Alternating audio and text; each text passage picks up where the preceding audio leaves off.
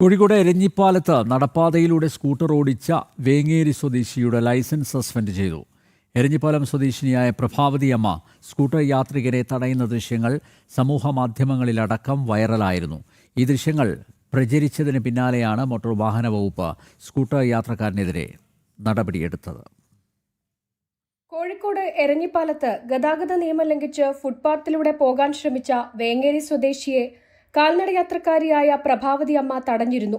ഈ ദൃശ്യങ്ങൾ പ്രചരിച്ചതിന് പിന്നാലെയാണ് മോട്ടോർ വാഹന വകുപ്പ് സ്കൂട്ടർ യാത്രക്കാരനെ കണ്ടെത്തിയത്. വാഹനത്തിന്റെ രേഖകൾ ഹാജരാക്കിയ അയാൾക്കെതിരെ റോഡ് സുരക്ഷാ നിയമമനുസരിച്ച് കേസെടുത്തു. ഇയാളുടെ ലൈസൻസ് 1 മാസത്തേക്ക് സസ്പെൻഡ് ചെയ്തു. ഇതിനു പുറമെ എടപ്പാളിലെ മോട്ടോർ വാഹന വകുപ്പിന്റെ പരിശീലന കേന്ദ്രത്തിൽ ഒരാഴ്ചത്തെ നിർബന്ധിത പരിശീലനത്തിനും അയക്കും. കോടതി നിർദ്ദേശിക്കുന്ന തുക പിഴയായും ഈടാക്കും.